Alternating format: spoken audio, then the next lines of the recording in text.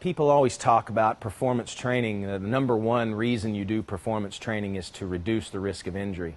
And I would agree and also disagree with that statement. It's our concept that certainly injury reduction or risk profile changing for the better, it should be a natural byproduct of a good performance training program. And so we don't necessarily hang our hat on that's the reason you're coming to us, is to reduce your risk of injury. That should just be a natural piece of what it is that we deliver to you. And indirectly, that's what we train for every day, is improving efficiency. By making you more efficient, you reduce your risk of injury.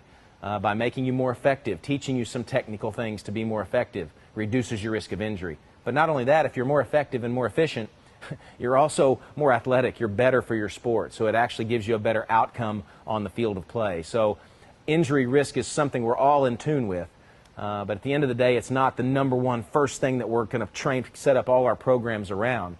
And so if you pull back from that, you can see how the Vibe fits perfectly into that methodology. Number one, we don't want to get anybody injured while they're training.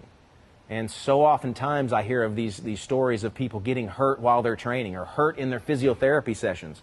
The PowerVibe is one of those really powerful tools that allows us to, again, to get that nervous system re-regulated, to get the slate kind of cleaned off, where we don't run those risks of that quick little niggle that sometimes can happen because we're not quite reset. And it's hard for me to say it any more scientific than that, but that's exactly what we feel like when we use the PowerVibe, number one. So not getting injured while you're training is number one. Number two, the ability to use the PowerVibe in and around the corrective exercise world.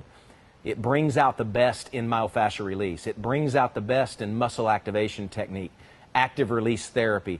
It catalyzes all those things if used correctly. If you know where to dose that thing, it can just bring out the best in all those modalities. So certainly active release and muscle activation and corrective exercise training, reactive neuromuscular training, whatever your school of thought is from an injury prevention standpoint, this catalyzes it. This makes that better if you know how to use it. And so that's from an injury risk standpoint, driving that injury risk down farther and farther is certainly something that PowerVibe is giving us a great advantage with our clientele. The other thing that I think a lot of folks forget, I think, when it comes to injury prevention is the recovery process. So what we're just now learning is how is the PowerVibe helping us to get back ready for the next workout, bring our body back for that next workout, or on those recovery regenerative days, steepen the recovery curve. That's one that's hard to predict because some of those injuries happen because of repetitive microtrauma or the inability to recover. In some cases, it's not overtraining that causes the injury, it's under-recovering. And so what we're seeing with the PowerVibe, and we don't have the data, and the researchers will throw their hands in the air and say, well, you don't have anything to prove that. Unfortunately, I can't wait for the research in this space or I'll be 10 years behind.